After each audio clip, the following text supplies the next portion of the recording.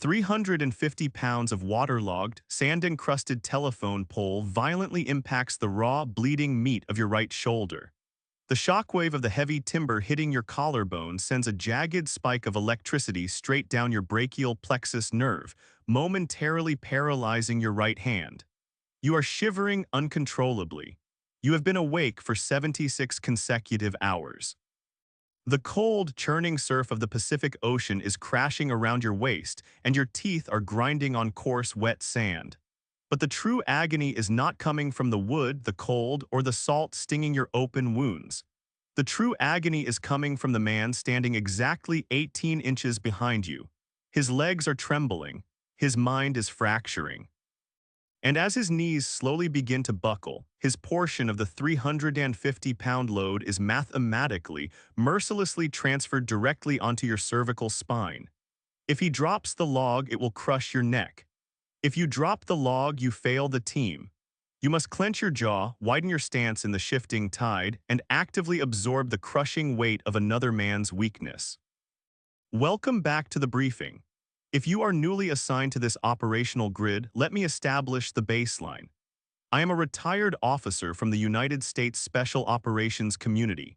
I spent the better part of 2 decades executing direct action, unconventional warfare, hostage rescue, and foreign internal defense in denied, highly hostile territories that will never officially appear on your evening news broadcasts. Because of the active, classified non-disclosure agreements locked in windowless vaults at the Pentagon, my face remains completely redacted and my name is permanently off the grid. The military gave me a profound, highly lethal skill set, but it took its pound of flesh in return. My skeletal structure is a roadmap of titanium hardware. My joints are degraded to bone-on bone, and I carry the localized nerve damage of a long, violent career. The Department of Veterans Affairs sends a disability check every month to offset the physical destruction, but I am not here to rattle a tin cup. I am an officer. I was raised to lead, and I firmly believe in working for my keep. This channel operates on a strictly enforced operational trade. I give you the raw, unfiltered, classified reality of modern warfare and elite tactical training. I break down the grueling psychology, the lethal physics, and the institutionalized suffering that Hollywood directors, video game designers, and military recruiters deliberately hide from the public. In exchange, I simply ask for your engagement. You hit the subscribe button, you smash the like button, and you drop a comment down below. That engagement feeds the YouTube algorithm, it keeps this channel airborne, and it allows me to stay fiercely independent while delivering this intelligence directly to you. If you can respect that trade, then lock and load. We have a highly excruciating, physically crushing movement ahead of us today. Today, we are analyzing the brutal mechanics of forced synchronization. We are stripping away the cinematic illusions of the lone wolf operator to examine a training evolution specifically engineered to expose selfishness, weaponize gravity, and filter out the weak through shared, agonizing trauma. We are traveling to the cold, unforgiving beaches of Coronado, California. We are going deep inside the first phase of basic underwater demolition SEAL training, BUD-S, and specifically, we are going to deconstruct the most physically devastating team event of Hell Week. We are going into log PTs. To understand the architecture of this specific torture, you must first understand the biological state of the men who are forced to endure it. Log physical training does not happen on day one when the candidates are fresh, well-fed, and highly motivated. Log PT is typically heavily utilized during Hell Week, a 5.5-day continuous evolution during which the candidates will sleep for a total of perhaps 4 hours.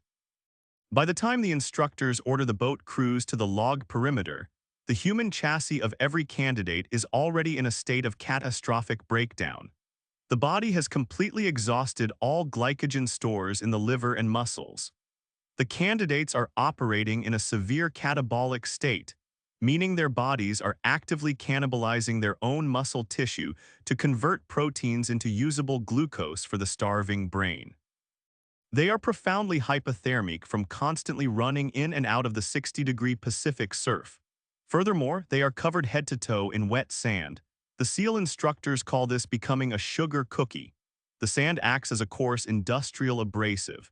It works its way into the armpits, the groin, the back of the knees, and the collarbones. As the candidates run, the wet sand grinds away the epidermis, leaving massive, weeping abrasions that are constantly blasted by salt water. This is the baseline level of misery. This is the starting line. The candidates are divided into boat crews, typically consisting of 6 to 7 men. The instructors lead them to the logs. The log is not a piece of sporting equipment. It is not a perfectly balanced, ergonomically designed barbell with knurled grips. It is a massive, decommissioned wooden telephone pole cut down to a length of roughly 10 to 12 feet. Because it has been sitting on the beach, absorbing the coastal moisture and the ocean water, it is heavily waterlogged. A dry log of that size weighs around 200 pounds. A waterlogged Bud-S log weighs between 350 to 400 pounds. The surface of the wood is rough, splintered, and completely coated in a thick layer of wet sand. The 6 men of the boat crew are ordered to line up on one side of the log. They are arranged by height, which is a critical mathematical factor we will analyze in a moment. The instructor, wearing a dry blue and gold t-shirt, sunglasses, and a warm jacket, stands before them with a megaphone. He does not offer motivation. He offers clear, unforgiving commands. Stand by your logs. The 6 men drop into a deep squat, driving their raw, blistered hands under the heavy timber, their fingers digging into the wet sand. Up on the right shoulder. This command requires a violently explosive, perfectly synchronized kinetic movement. All 6 men must fire their exhausted quadriceps and glutes simultaneously, deadlifting the 400-pound timber off the sand, bringing it to their chests, and then pressing it over their heads to drop it onto their right shoulders. If the crew is out of sync by even a fraction of a second, the mechanics of the lift collapse. If the men in the front lift faster than the men in the back, the log violently seesaws, ripping out of the hands of the slower men and crashing back into the sand. The instructor will calmly blow his whistle, order them to drop the log, order them into the freezing surf to get wet and sandy again, and force them to repeat the lift. When they finally manage to execute the lift and the log impacts their shoulders, the true physics of the evolution begin to inflict their damage. The human clavicle, the collarbone, is a fragile, prominent bone located directly beneath a very thin layer of skin. It is not designed to bear massive, direct downward compression. As the rough, sand-covered bark of the telephone pole grinds into the shoulder, it immediately begins to crush the skin against the bone. Within the first 10 minutes of log PT, the skin on the shoulder will blister. Within 20 minutes, the blister will tear open. For the next 2 hours, the wet, abrasive wood will grind directly against the raw, bleeding dermis of the operators. The physiological response to this localized trauma is intense pain, but the neurological response is even more dangerous. The massive weight resting on the shoulder compresses the brachial plexus, the complex network of nerves that run from the lower neck through the upper shoulder and down into the arm. As the log crushes these nerves, the candidate's arm will begin to tingle, then burn, and eventually go completely numb. They lose the ability to close their fingers or grip the log. Their arm hangs uselessly at their side, meaning they must balance the rolling, shifting timber entirely with their neck and core muscles. But log PT is not a static exercise. The instructors do not just make you hold the log, they make you move with it. Commence lunges.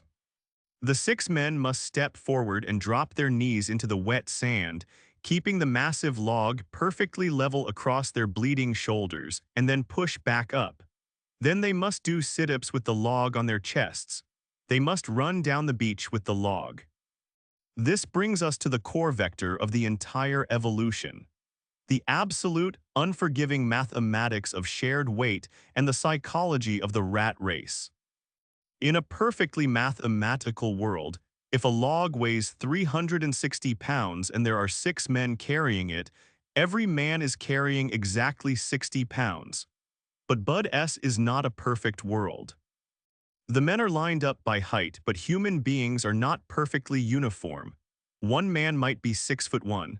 The man behind him might be 6 foot flat. The man behind him might be 5'11". Because the rigid, inflexible wooden log rests across their shoulders, the geometric plane of the log is dictated by the highest points of contact. If the 6'1" man is standing perfectly upright, his shoulder is pushing the log higher into the air.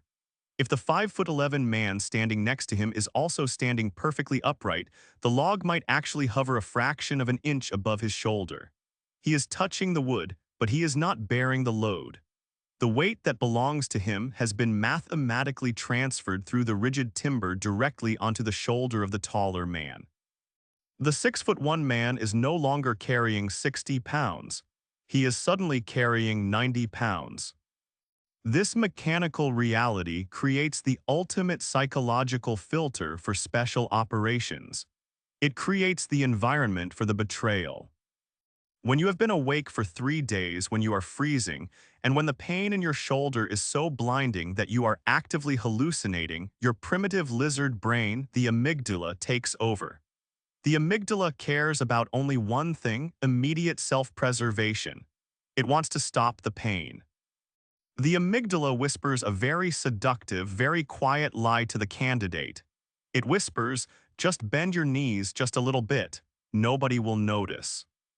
If a candidate listens to that voice, if he bends his knees by just half an inch, his shoulder drops. To the untrained eye, he is still under the log. His hands are on the wood. He is grunting loudly. He has an expression of intense agony on his face. He is performing the theater of suffering. But he is a ghost. He is hiding under the log. By dropping his shoulder half an inch, he has instantly shed 30 pounds of his responsibility. But physics demands that load must go somewhere.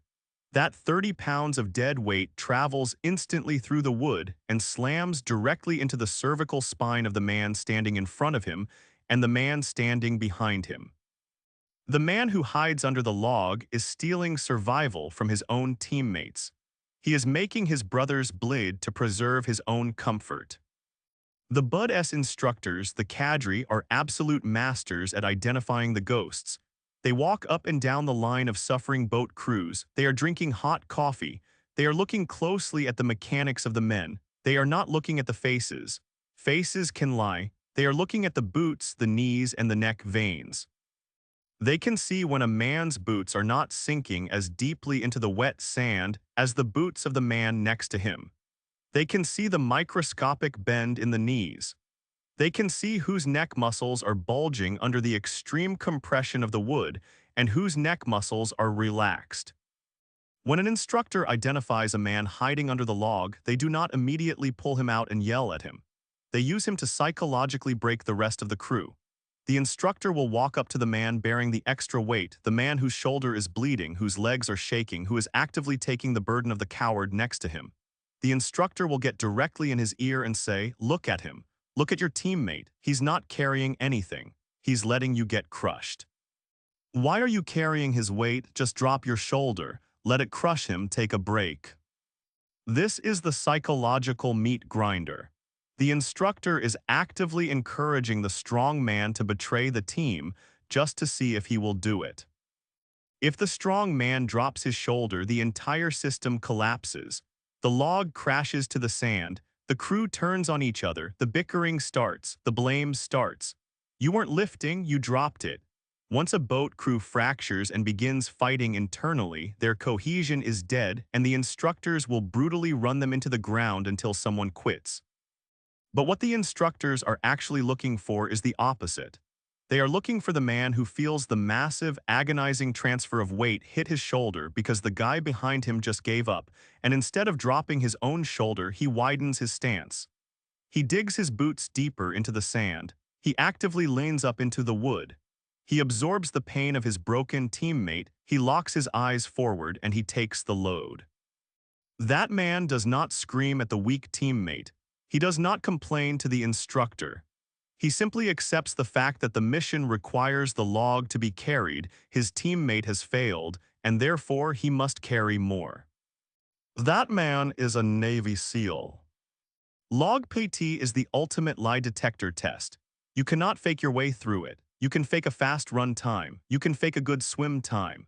But when you are trapped under a 400-pound piece of wood with 5 other men, your true character is violently forced to the surface. It strips away your college degrees, your athletic trophies, and your ego. It reveals exactly what you will do when the pain becomes intolerable and you have the opportunity to secretly pass that pain onto someone else. The instructors will intentionally rotate the boat crews. They will take the tallest man and put him in the middle of 2 shorter men, mathematically forcing him to carry almost half the log by himself. They want to see if he quits.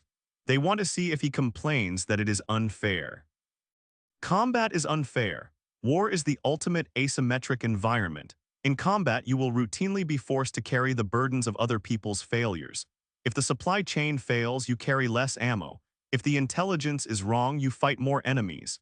If your teammate is shot, you carry his body weight plus his gear across the mountains. The military cannot field operators who demand mathematical fairness.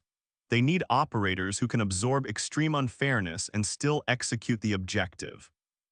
At the end of a 2-hour log PT session, the boat crew is physically devastated. Their shoulders are covered in raw, oozing abrasions. Their lower backs are in severe spasms. They cannot lift their arms above their chests due to the nerve compression. But something profound has happened to the men who did not hide. They have crossed a psychological threshold. They have looked to their left and their right, and they have seen men who were willing to be crushed rather than let the team fail. They have forged an absolute blood-bonded trust. They know with undeniable physical certainty that the man standing next to them will not betray them when the environment turns lethal. The man who hid under the log, his teammates know what he did. They felt the weight shift. They felt his betrayal. He will be ostracized. He will be pushed to the fringes of the boat crew, and eventually the sheer psychological pressure of knowing that his own brothers despise him will force him to walk over to the brass bell and ring it 3 times, quitting the program forever. The log filters out the ghosts. So, why are we dedicating this amount of time to analyze an exercise involving a piece of wood and wet sand? Why am I giving you the classified breakdown of the mechanics of shared suffering? Because the physics of the log apply directly, ruthlessly, and perfectly to the structural integrity of your own civilian life. You will likely never have to carry a waterlogged telephone pole down a freezing beach in California. But life is absolutely going to drop a massive, crushing log onto your shoulders. You are going to face periods in your career, your business, your family, or your marriage where the weight of the crisis is agonizing. A financial collapse, a critical medical diagnosis, or a massive organizational failure. When that crisis hits, it is not a solo event. You are carrying that weight with a team. You are carrying it with your spouse, with your business partners, or with your employees. When the weight of the crisis becomes excruciating, the exact same psychological dynamic of Hell Week will manifest in your civilian environment. The amygdala will whisper to the people in your life. It will tell them to bend their knees. It will tell them to make excuses, to shift the blame, to avoid the hard work, and to silently pass the responsibility onto someone else. You have to critically analyze your boat crew. Look at the people you have chosen to surround yourself with. In your business, in your inner circle, who is actually pushing up against the wood and who is just performing the theater of suffering? Who is complaining loudly about how hard they work while their boots aren't actually sinking into the sand? Who is the ghost in your organization that drops their shoulder the moment the pressure spikes, allowing the crushing weight of the deadline or the failure to slam directly onto your cervical spine? If you have ghosts in your boat crew, you must cut them loose. You cannot survive a massive life crisis if you are tethered to people who will secretly betray you to preserve their own comfort. But more importantly, you have to look in the mirror. You have to conduct a brutally honest, unforgiving assessment of your own mechanics. Where are you hiding under the log in your own life? Are you bending your knees in your relationship, letting your partner carry the mental and emotional load of the household while you pretend to be fully engaged? Are you dropping your shoulder in your career, doing just enough to not get fired while your colleagues stay late to fix your mistakes? Are you hiding under the log of your own physical health, making excuses about your genetics or your schedule, forcing your future self to carry the massive, agonizing weight of disease and fatigue? The universe is an absolute master at identifying the ghosts. Life is the ultimate instructor. It does not care about your excuses, and it cannot be fooled by the theater of effort. It sees the microscopic bend in your knees, and it will relentlessly punish the environments where you refuse to take the weight. When the crisis hits, when the log is dropped onto your shoulder, you have a choice. You can drop your shoulder, betray your team, and complain about the unfairness of the load, or you can cultivate the discipline of the operator. You can widen your stance. You can dig your boots into the dirt. You can actively lean up into the pain, absorb the massive weight of the responsibility, and refuse to let the structure collapse. Leadership is not a title. Leadership is not a corner office or a rank on your collar.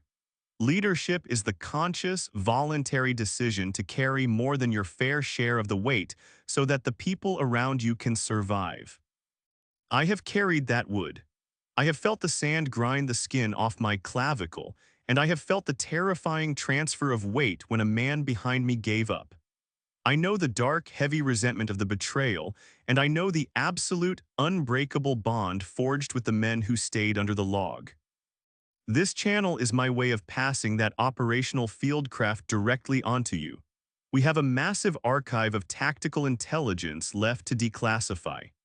In the upcoming debriefings, we are going to break down the highly technical, lethal geometry of the Delta Force killing house, and we are going to analyze the terrifying biological panic of the Army Combat Diver Qualification course.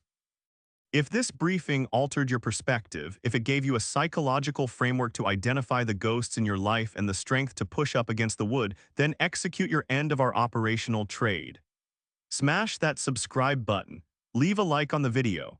It costs you absolutely $0, but it is the exact logistical fuel that keeps this channel operational, independent, and completely clear of the censors. I want you to drop a comment down below. Tell me about a time in your life when the log got unimaginably heavy, when someone on your team dropped their shoulder, and you had to step up and carry their weight to save the mission. I read every single comment. I am always evaluating the mechanical discipline of the personnel in this squad to see who has the fortitude to survive Hell Week. Keep your powder dry, check your stance, do not drop your shoulder. I will see you at the rally point. Out.